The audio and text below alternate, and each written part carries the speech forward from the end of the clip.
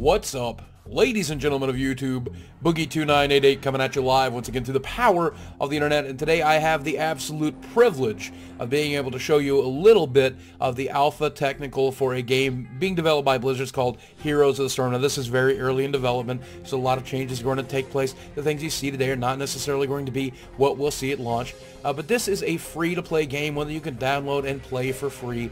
It is, for lack of a better word, a MOBA, a multiplayer online battle arena. And when I say that, a lot of people think of League of Legends. This game does have some similarities to League of Legends, and of course some similarities to Dota 2. Dota 2 has similarities to all these different games of this genre, but it also puts its own unique spin on it, and that's very awesome to me. I like the way that they've done things here. Some people will like it, some people won't. Some people say it appeals more to casuals. I think it's a different case altogether. I think it's a case of redefining the genre to an extent and making it easier to learn but harder to master. And you'll get to see why I think that as we get to play here a little bit. So if you're interested in that kind of game, if you've ever been interested in that kind of game, or you've played those other games but you don't like the toxic community, I recommend you start here and just stick around, and we'll get right into it. Now this is what the beginning of a game will tend to look like. As you can see, we're a party of 5 different heroes, and right now I'm just playing with bots. That way I won't be annoying while I'm trying to record a video. The character that I'm playing here is Stitches. A lot of people make a comparison to him with Pudge and Dota 2. I think that's an unfair comparison because Pudge was originally made in the original Dota, which is a Warcraft 3 mod, and of course he was based on the Abomination model. So Pudge at the end of the day is an Abomination, and Stitches is just another Abomination.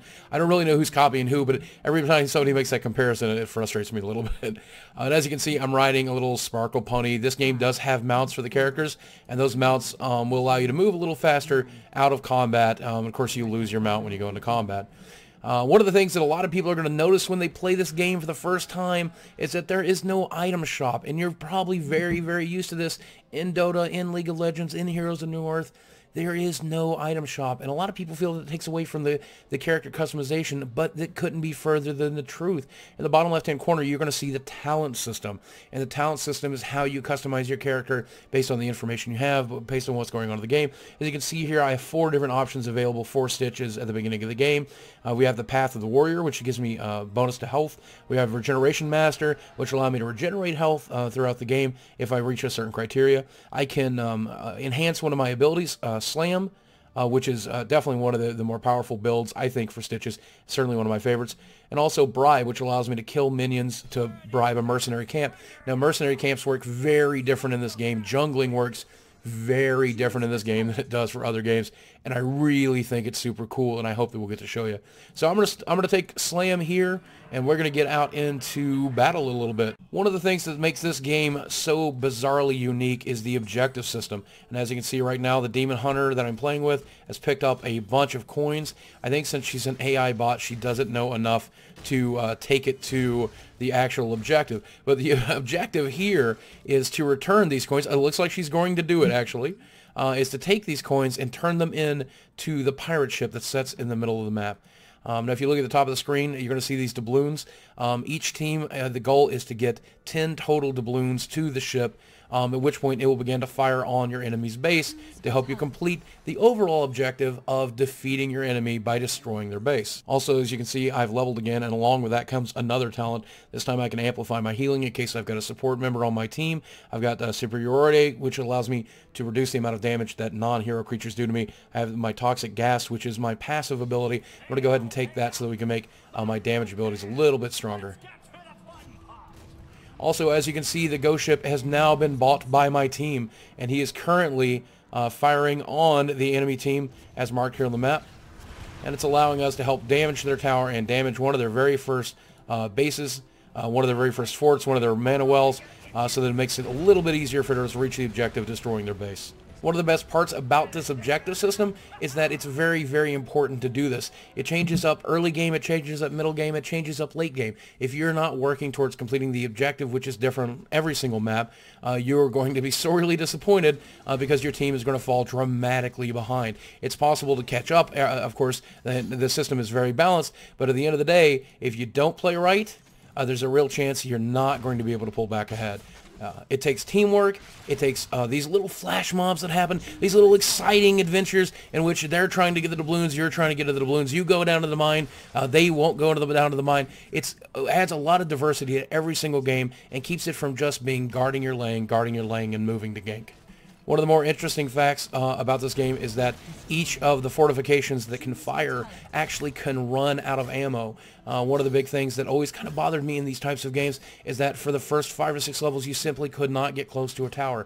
There's an actual advantage in pushing towers in this game even early on. If you're tanky, if you can move forward, if you can get your minions there, you can eventually run any tower or any fortification out of ammo so that you can attack early game. And this is one of the things that I really enjoy about this game. It makes the game a little quicker. It makes the game a little more exciting. It makes it a little more skill intensive. It makes it a little more important to pay attention and to play right and do right. And I love that. One of my biggest complaints about the most famous MOBA in the world, League of Legends, is that it's a very, very time-consuming game to play. Not only does it take a while to match, not only does it take a while to actually defeat the enemy, it's just an overall, sometimes boring experience the first part of the game. I feel that one of the things they've done here is remove that early boring experience and replace it instead with action from the moment you're able to leave your base. Alright, this is going to be a close one, and I'm fairly certain Sergeant Hammer might be able to get away with this, but Diablo, and we hook them. We're going to grab the doubloons and try to get them back so that we can get the pirate ship on our side and just continue to dominate. Now, Diablo does have 5 of the doubloons, and he's going to turn them in here. Oh, not if Uther has anything to say about it, but I think we might be able to get them. Hello, Uther. Your son ruined my favorite video game, you dick. Alright, as you can see, his passive is fired off. He is capable of staying alive even after dead, still doing damage. It becomes invulnerable. Not much we can do about him except wait till it passes. Diablo turns in the coins. And as you can see, Diablo is able to turn in 6 this time. I'm able to turn in 4. But this time we need 12 for the second attempt at hiring the ship. They're going to demand more and more each time, and that's part of the balance system. Stitches is now leveled to the appropriate level to get his ultimate ability or heroic ability. I had the choice between Putrid Bile, which lays a nice gas cloud on the ground. It's just a big epic fart. You also have the choice of Gorge, which is my favorite ability for Stitches. It just is a great way to lock down your opponent. You're actually able to swallow them and keep them locked in place inside of your belly and digest them slowly. It's even possible to carry them behind enemy lines, to carry them behind. We're going to do it right now. We're going to carry Uther with us as close to these towers as we can. Let's see if we can reach. No, we didn't, but maybe we can hook them. Yeah, no! God damn you, Uther. I'm trying to look cool for the YouTubes.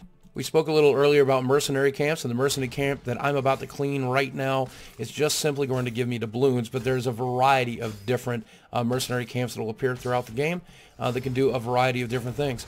The most important being enemies that will join your side for one quick push. We're using those doubloons to hire the ship, and if they fire at the right camp, I think we're going to be in a really good place for this game. Yep, that's all 12.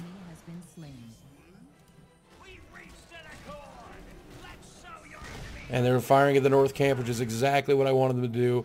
They're going to absolutely devastate it and finish it off, while all of the heroes that I'm playing with are going to push bottom. I'm going to level Pulverize here, which is going to make my slam attack even more powerful, adding a stun to it. And it looks like there's not much Sergeant Hammer can do. If he tries to get away here, I might be able to hook him. Hello!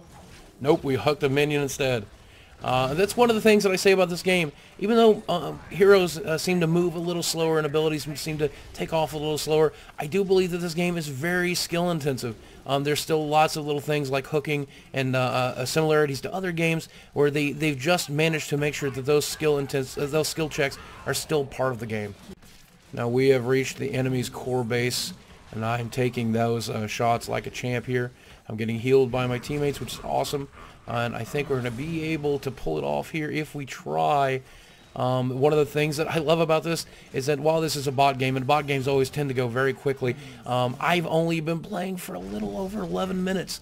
I love the fact that the game is fast. I love the fact that the game is easy to play, hard to master. I just love everything about this. I feel like this is a much necessary improvement for a very stealth genre. All right, we're finally going to land a skill shot, I think, or at least going to be able to hook Tyrael. Nope, we're going to kill him before we get the chance. I'm never going to get one good hook today. Oh, there we go. We got Diablo. Oh, but that's too many heroes. That's too many heroes. I don't know. Let's see if we can power down Diablo. No, I'm screwed. I'm out of here. All I want to do is live. All right, I'm going to mount up and see if I can get out of here. And I am out of here. Just like any of these games, returning to the base allows you to refill your mana and your hit points. It automatically mounts you up so you're ready to leave the base as soon as possible. And since you don't have to buy items, there's no real reason to linger in the shop. You just want to get right back out and get right back into the battle. As you can see here, it looks like Uther has managed to take on one of the mercenary camps, and these guys are siege guys. They have little cannons in their pockets, and of course they've got little pirate hats on for the theme of the map, and they're going to be firing their siege weapons directly into anything that gets in the way. It's very, very important to protect these guys once you've managed to defeat them and take them and convince them to join your side by beating them to death. Which I think this should be the deciding factor for this game. Able to suck Tychus in their belly. Get into my belly!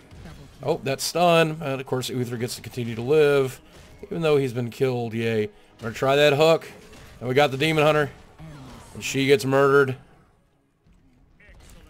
There's Diablo, and we're going to snack on him. We're going to give a stun to Sergeant Hammer. I'll take a bite using my E ability, which not only damages the opponent, but heals me. And we're going to get... Oh, no, Diablo knocks him out of the hook range. But he gets murdered anyway, and I have been killed. And as you can see, they give you some stats. We win the game just as I die. But they give you some stats, number of takedowns, the amount of damage you've done, so on and so forth.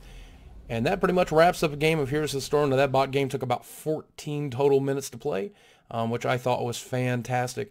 I love being able to get in and get out. Here you're seeing the quest system and the XP system.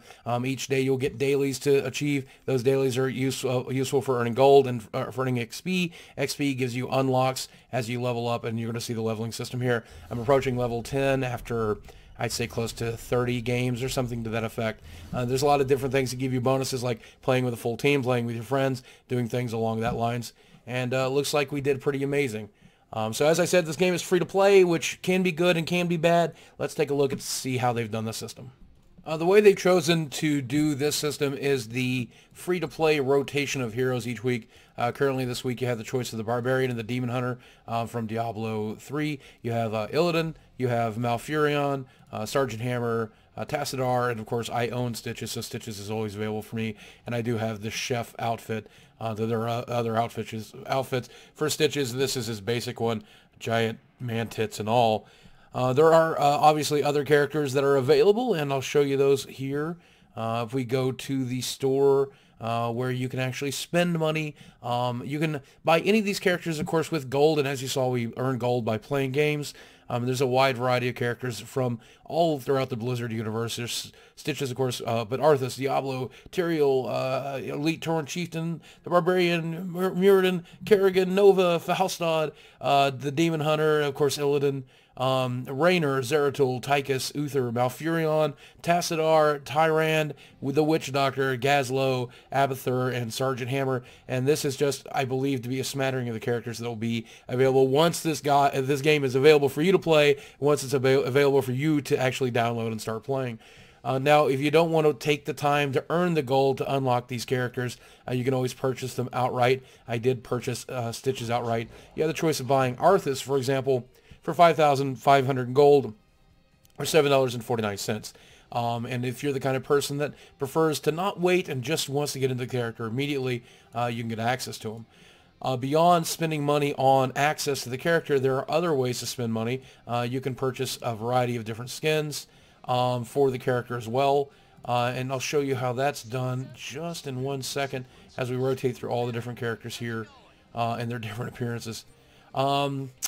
You can simply go to skins, and as you can see, I chose to purchase Chef Stitches just because I think it's amazing.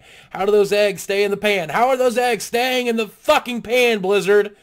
I just thought you couldn't think of a more me character. Stitches is also very popular in the games that I've played. A variety of different super cool skins. And as you can see, the prices certainly vary. As I paid $9.99 for the skin for Stitches. Here's $7.49 for that Witch Doctor skin, $7.49. $14.99 for the Mecha Tassadar skin, $9.99. I think the most expensive skin that I've seen is $14.99. And we'll skim through here just to make sure that's the case.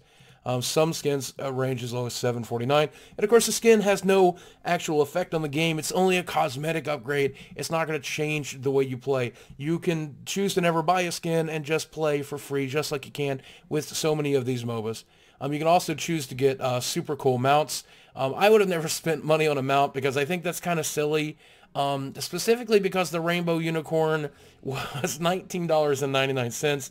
But thanks to one of my donators during my Twitch stream, they insisted I go buy the unicorn, and that donated the money via my PayPal for me to go invest in it. So now I get to ride a super cool Rainbow Unicorn.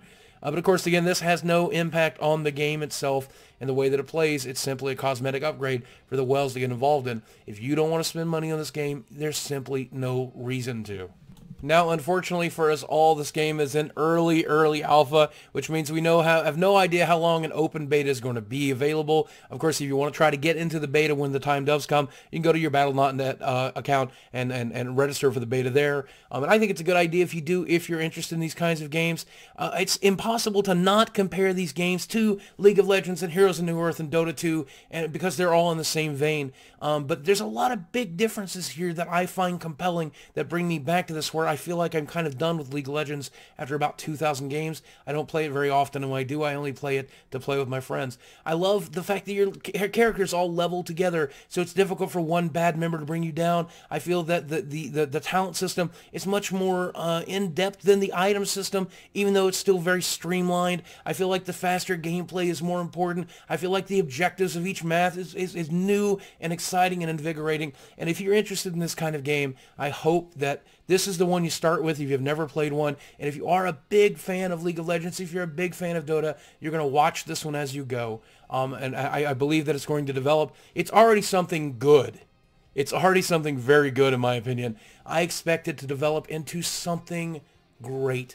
I hope that while it may not be the most played game, while it may not dominate the MOBA genre, because League of Legends is certainly the elephant in the room, I do believe that it might encourage a little bit of diversity, a little bit of uniqueness, a little bit of alteration of the very stale genre, and I hope that you agree with me. And if you disagree with me, that's okay too. I just wanted to show you a game that I'm absolutely loving to get to play. And of course, I stream this on Twitch a couple nights a week, so why don't you come over to Twitch and watch. Other than that, this has been the Alpha Technical for Heroes of the Storm.